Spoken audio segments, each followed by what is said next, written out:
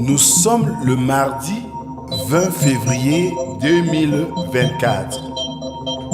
Henri Conscience dira dans L'homme de douleur, c'est dans le feu que le fer se trempe et devient acier. C'est dans la douleur que l'homme trouve la révélation de sa force.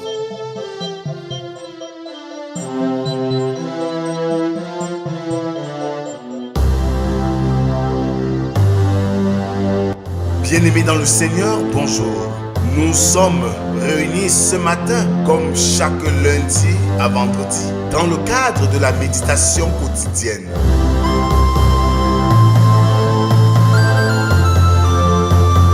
La méditation quotidienne est un moment de recueillement, de prière, de chant, de méditation de la parole de Dieu pour ainsi préparer notre journée.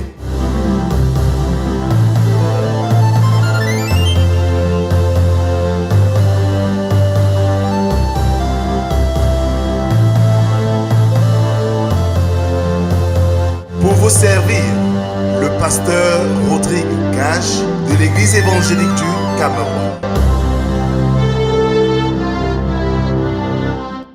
Alors, bien-aimés dans le Seigneur, pour ce matin, je nous invite à ouvrir nos cantiques sur les airs de la foi, numéro 631. De Canaan, quand verrons-nous le céleste rivage? De Canaan, quand verrons-nous le céleste rivage? Vers le Jourdain, entendez-vous, Christ nous appelle tous. Près de lui d'où partage à l'abri de l'orage, nous pourrons chanter à jamais le cantique de paix. Oh, quel parfait bonheur, quel bonheur, quel bonheur. Oh, quel parfait bonheur après tant de labeur. Pour toujours réunis, l'Église sans sa patrie entonnera Alléluia, gloire à toi Jéhovah. Alors, bien-aimés dans le Seigneur, nous continuons cette méditation avec le psaume du jour, le numéro 125, dont nous ferons lecture des 3 premières strophes. Ceux qui se confient en l'Éternel sont comme la montagne de Sion. Elle ne chancelle point, elle est affermie pour toujours. Des montagnes entourent Jérusalem, ainsi l'Éternel entoure son peuple, dès maintenant et à jamais. Car le sceptre de la méchanceté ne restera pas sur le lot des justes, afin que les justes ne tendent pas les mains vers l'iniquité. Amen. Prions Dieu. Seigneur, nous voici au rendez-vous de tous les matins. Rendez-vous avec toi, rendez-vous avec le prochain, rendez-vous à l'écoute de ta parole. Donne-nous l'intelligence et le discernement, afin que nous trouvions en cette parole le ferment même qui nous transformera pour la gloire de ton nom. Amen. Ce matin, nous méditons dans le livre d'Exode, chapitre 3, versets 1 à 22. Autrement, tout le chapitre. Il est bien long. Suivons attentivement. Moïse faisait paître le troupeau de Jéthro, son beau-père, sacrificateur de Madian. Et il mena le troupeau derrière le désert et vint à la montagne de Dieu à Horeb. L'ange de l'Éternel lui apparut dans une flamme de feu au milieu des buissons. Moïse regarda, et voici, le buisson était tout en feu, et le buisson ne se consumait point. Moïse dit, je veux me détourner pour voir quelle est cette grande vision, et pourquoi le buisson ne se consume point. L'Éternel vit qu'il se détournait pour voir, et Dieu l'appela du milieu du buisson et dit, Moïse, Moïse. Et il répondit, me voici. Dieu dit, n'approche pas d'ici, ôte tes souliers de tes pieds, car le lieu sur lequel tu te tiens est une terre sainte. Et il ajouta, je suis le Dieu de ton père, le Dieu d'Abraham, le Dieu d'Isaac et le Dieu de Jacob. Moïse se cacha le visage car il craignait de regarder Dieu. L'Éternel dit, j'ai vu la souffrance de mon peuple qui est en Égypte, et j'ai entendu les cris que lui font pousser ses oppresseurs, car je connais ses douleurs. Je suis descendu pour le délivrer de la main des Égyptiens, et pour le faire monter de ce pays dans un bon et vaste pays, dans un pays où coule le lait et le miel, dans les lieux qu'habitent les Cananéens, les Essiens, les Amoréens, les Phérésiens, les Hétiens, les Éviens et les Jébusiens. Voici, les cris d'Israël sont venus jusqu'à moi. J'ai vu l'oppression que leur font souffrir les Égyptiens. Maintenant, va, je t'enverrai auprès de Pharaon, et tu feras sortir d'Égypte mon peuple, les enfants d'Israël. Moïse dit à Dieu, qui suis-je pour aller vers Pharaon et pour faire sortir d'Égypte les enfants d'Israël? Dieu dit, je serai avec toi.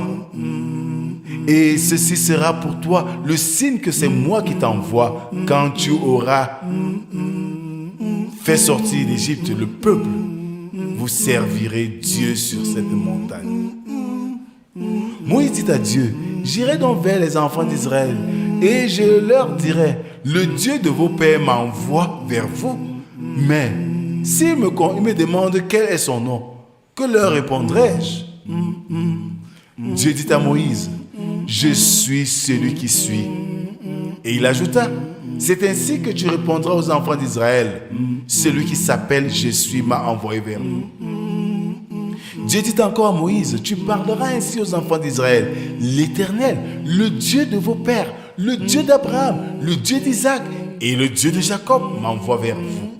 Voilà mon nom pour l'éternité. Voilà mon nom de génération en génération. Va, rassemble les anciens d'Israël et dis-leur, l'Éternel, le Dieu de vos pères, m'est apparu, le Dieu d'Abraham, d'Isaac et de Jacob. Dites à Dieu, il l'a dit, je vous ai vu et j'ai vu ce qu'on vous fait en Égypte. Et j'ai dit, je vous ferai monter de l'Égypte où vous souffrez dans le pays des Cananéens, des Essiens, des Amoréens, des Phérésiens, des Éviens et des Jébusiens, dans un pays où coule le lait et le miel. Ils écouteront ta voix et tu iras, toi et les anciens d'Israël, auprès du roi d'Égypte et vous lui direz, l'Éternel, le Dieu des Hébreux, nous est pas apparu. Permets-nous de faire 3 journées de marche dans le désert pour offrir des sacrifices à l'Éternel, notre Dieu. Je sais que le roi d'Égypte ne vous laissera point aller, si ce n'est pas une main puissante. J'étendrai ma main et je frapperai l'Égypte par toutes sortes de prodiges que je ferai au milieu d'elle, après quoi il vous laissera aller. Je ferai même trouver grâce à ce peuple aux yeux des Égyptiens, et quand vous partirez, vous ne partirez point à vide. Chaque femme demandera à sa voisine et à celle qui demeure dans sa maison des vases d'argent, des vases d'or et des vêtements que vous mettrez sur vos fils et vos filles, et vous dépouillerez les Égyptiens. Amen. Bien-aimés, à la suite de cette belle histoire que beaucoup savent, c'est le plan de la libération du peuple de l'esclavage égyptien. Tout commence par la révélation de Dieu à Moïse. Moïse qui est en Égypte, qui a fui l'Égypte, qui a grandi dans un concept égyptien, c'est lui que Dieu utilise pour libérer son peuple. Il va avoir un entretien avec Moïse, lui donnera les consignes. Ce qui attire notre attention, c'est qu'en réalité, quand Moïse approche vers la flamme ardente, il est curieux de savoir qui est-ce. Et Dieu lui dit, ôte tes souliers. Et ça m'a fait penser à nos frères musulmans qui, lorsqu'ils entrent dans la mosquée, ils ôtent leurs souliers parce que le lieu est dit saint. Pour nous, ôter nos souliers, c'est nous dépouiller de nos infidélités, de nos impudicités, de nos péchés pour entrer en présence de Dieu. Et dans ce parcours, le Seigneur dit, le cri de mon peuple est parvenu jusqu'à moi. Mon frère, ma soeur, quel que soit ce que tu vis, mets tes genoux au sol, prie le Seigneur, il écoute. Ton cri de détresse parviendra jusqu'à lui et il exaucera à temps opportun. Le Seigneur apprête la réplique, il apprête la stratégie, il bâtit son plan d'action, son schéma et il envoie Moïse en mission. Moïse pourra-t-il braver et ramener le peuple? C'est ce que nous saurons par la suite. Mais une chose est vraie, chaque fois que nous crions à Dieu, Dieu écoute nos voix et il est prêt à nous venir au secours. Que le Seigneur, par ce texte si riche, nous donne d'apprendre à le connaître et à rester fidèle à lui. Amen. Merci Seigneur pour ce message que tu nous délivres ce matin, qui nous invite à te faire confiance et à crier à toi lorsque nous sommes accablés par les situations de la vie. Oui, aujourd'hui nous sommes tentés à beaucoup de raccourcis que le monde nous offre par des personnes qui nous donnent ou qui nous font miroiter le bonheur. Seigneur, souviens-toi de nous. Seigneur, soutiens-nous dans notre faible foi. Seigneur, montre-nous le chemin pour que nous sortions de la souffrance, de l'incrédulité, de l'ignominie. Oui, Père, ce monde va à sa perte et nous sommes les premiers, les causes même de ce scandale, du fait que nous ne cherchons pas ta face, mais nous cherchons plutôt à nous réjouir de ce que nous sommes ou de ce que nous faisons. Oui, Père, en cette journée que tu nous offres aujourd'hui, donne-nous encore de nous ressaisir et de chercher véritablement ta face. Accompagne-nous dans nos allées et venues. Que ton esprit nous indique ce qu'il y a lieu de faire pour toujours te plaire et pour vivre selon ta volonté. Nous te présentons ton Église qui, pas à pas, va vers le synode général, où beaucoup de décisions fortes seront prises. Oui, Seigneur, sois présent en ce lieu, afin que les hommes ne se glorifient pas, mais que tu te glorifies en ces hommes. Nous te prions, Seigneur, pour notre nation, le Cameroun, et pour tous ceux-là qui te cherchent, Seigneur, et qui sont dans la souffrance comme ce peuple d'Égypte, ce peuple d'Israël en Égypte. Oui, que, Seigneur, le cri de leur détresse monte jusqu'à toi et que tu les libères, tu les délivres. Merci, Seigneur, de nous avoir aimés plus que nous-mêmes. Merci, Seigneur, d'avoir toujours fait ce qui est bien pour nous. Nous te confions cette journée. Sois avec nous. C'est au nom de Jésus-Christ, ton Fils, que nous t'avons prié, lui qui nous a appris à te dire: Notre Père qui es aux cieux, que ton nom soit sanctifié, que ton règne vienne, que ta volonté soit faite sur la terre comme au ciel. Donne-nous aujourd'hui notre pain de ce jour. Pardonne nos offenses, comme nous pardonnons aussi à ceux qui nous ont offensés. Ne nous soumets pas dans la tentation, mais délivre-nous du mal. Car c'est à toi qu'appartiennent le règne, la puissance et la gloire, pour les siècles des siècles. Amen. Bien-aimé, le Seigneur est toujours à l'écoute de la détresse de ses enfants. Si tu cries à lui de tout ton cœur, il t'écoute et il agira. Nous avons l'habitude de dire: appelle et il te répondra. Si tu as des problèmes, appelle et il te répondra. Mais comment veux-tu l'appeler? Est-ce avec un cœur impur? Non, humilie-toi, confesse tes fautes, va vers ton Seigneur et dis: Seigneur, j'ai péché contre toi en pensée, en parole et même en acte. Et soumets-lui tes problèmes, il agira.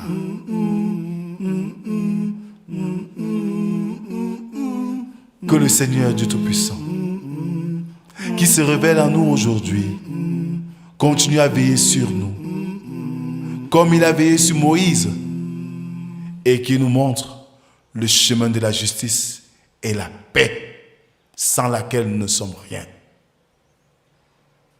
Demeurons bénis au nom du Père, du Fils et du Saint-Esprit, un seul Dieu éternellement béni. Amen. Shalom.